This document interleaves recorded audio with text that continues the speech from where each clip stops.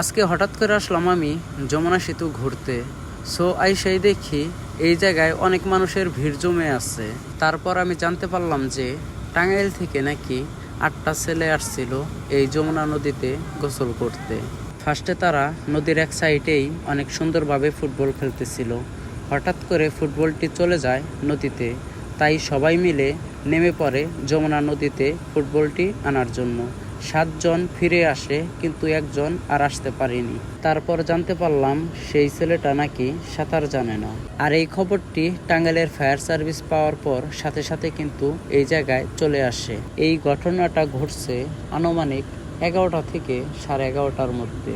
আপনারা দেখতেই পারতেছেন যে জেলেরা তাকে খুঁজে বের করার জন্য কতটা চেষ্টা করতেছে। শুক্রবার দুপুর 12টা থেকে সন্ধ্যা 7টা পর্যন্ত সেই ছেলেটিকে খুঁজেছে। তারপর রাত হওয়ার কারণে সেই অভিযানটি স্থগিত করা হয়েছে। তারপর শনিবার সকাল 7টা থেকে আবারও শুরু হয় সেই ছেলেটিকে খুঁজে বের করার জন্যে। কিন্তু জেলেরা হাজার চেষ্টা করার পরও সেই ছেলেটিকে কিন্তু খুঁজে পাইতেছে না। আর এই জায়গায় অসংখ্য মানুষ ভিড় করতেছে সেই ছেলেটিকে দেখতে। ছেলেটির বয়স খুব একটা বেশি হবে না, সম্ভবত 13 থেকে 14 বছর হবে। ছেলেটি সম্ভবত ক্লাস 9-এ পড়ে। ছেলেটার গ্রামের বাসা কোথায় সেটা আমি সঠিক জানি না, তবে এতটুকু জানি ছেলেটা টাঙ্গাইলে কোনো এক বাসায় বাসা ভাড়া থাকতো। সম্ভবত এই ছেলেটির বাবা কোনো একটা ওষুধ কোম্পানিতে জব করে। যার হারায় সেই বুঝে। আসলে কিছু কিছু মৃত্যু কখনো মেনে নেওয়া যায় না।